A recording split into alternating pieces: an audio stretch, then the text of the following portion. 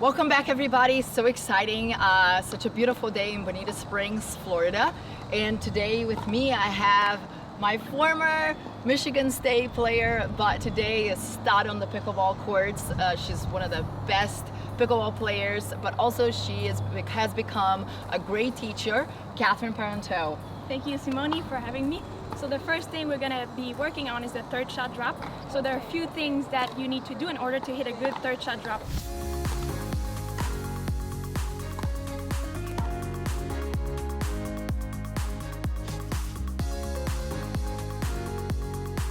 Number one, you want to make sure that you have a loose grip, right? So 10 out of 10, I'm squeezing super hard.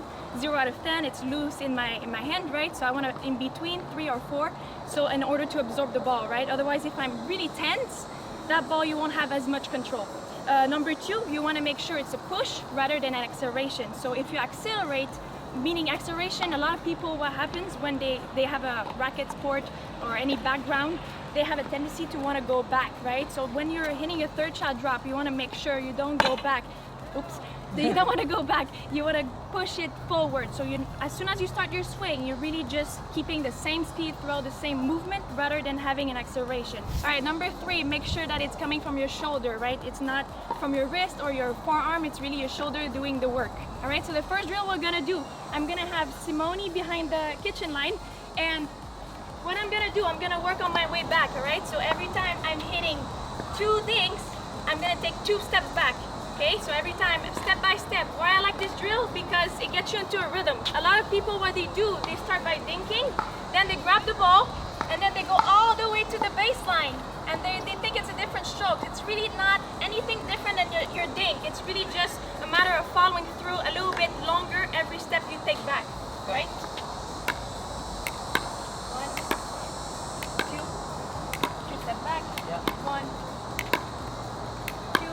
And one thing that you're gonna notice, Catherine, is always taking the ball out in front.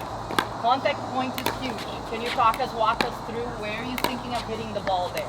I'm really thinking to hit it as low as possible, and as well as I wanted to Simone to not, I don't want her to take it out of the air when the ball is too deep. If I hit it too deep and she takes it out of the air easily, she can push me back, right? So I'm really trying to drop it about 3/4 of the court right here.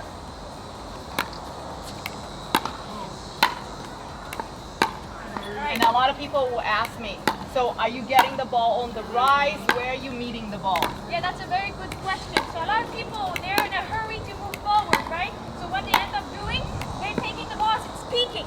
So what happens? Their contact point is too close to their body, and the ball's gonna become way too high. So I make sure that really the secret to hit a good third shot drop is to let it bounce, and then on the way to the second bounce, I like to hit the ball right next below my knee.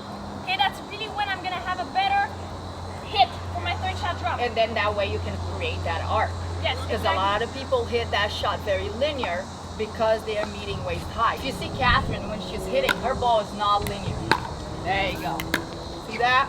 A lot of people, they stand here and they're square facing Simone without using their legs. So what happens? They have a tendency to follow through up rather than following through towards their target.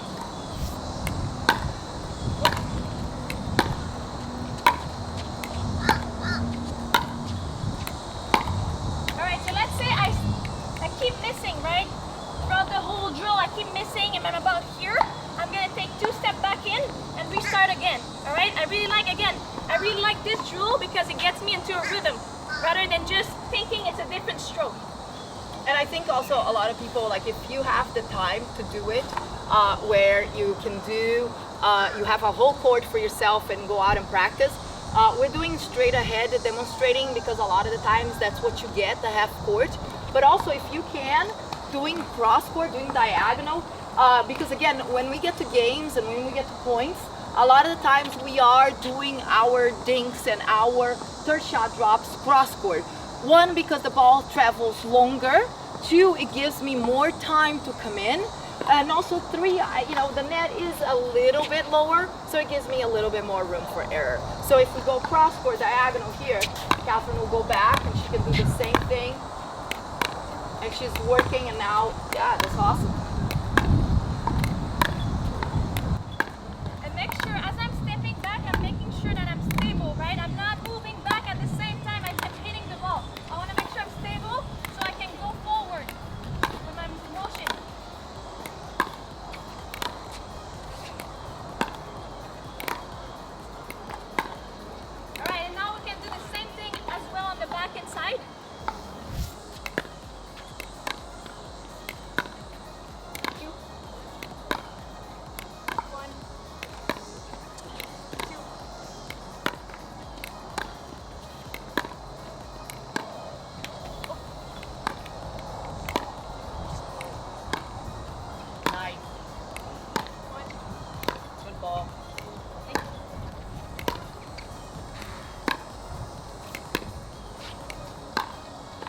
So this is the second drill we're gonna do.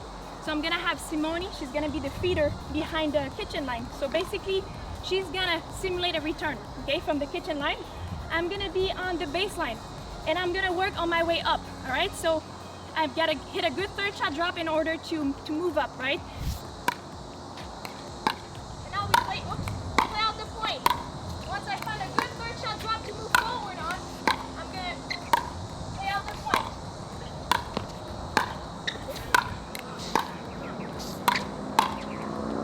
Ah, there you go.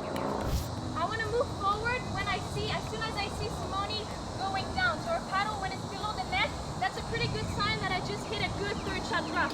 If I see her very comfortable behind that kitchen line and she's out here right above the net, I want to stay back until I find a good third shot drop to move on, move forward.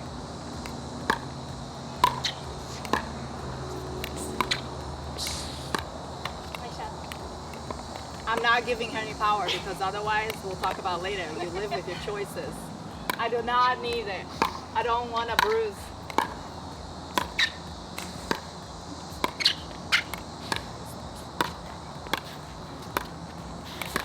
Lob.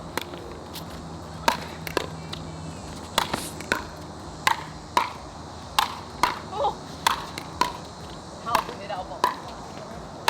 Ah! Oh.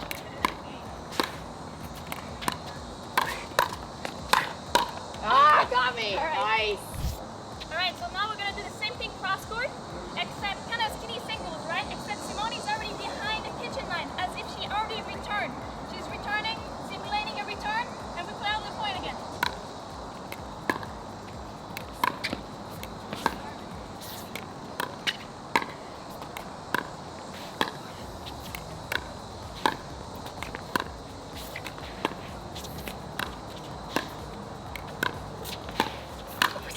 Out! Just kidding. But also there was a question for us earlier about when we were thinking what we are looking for. And what both Catherine and I are trying to do is move each other around. We want deeper dinks for sure, but we ought to make sure if we are going to hit a deeper dink, that they are on the move. Because if we are not on the move, it's very easy for us to take that ball out of the air and attack. So we want to make sure that right away our opponent is on the move and is on a stretch. Because again, we're trying to generate either an error or the ball that we can attack or counter. You heard Catherine talking a little bit about when is a good time to move up.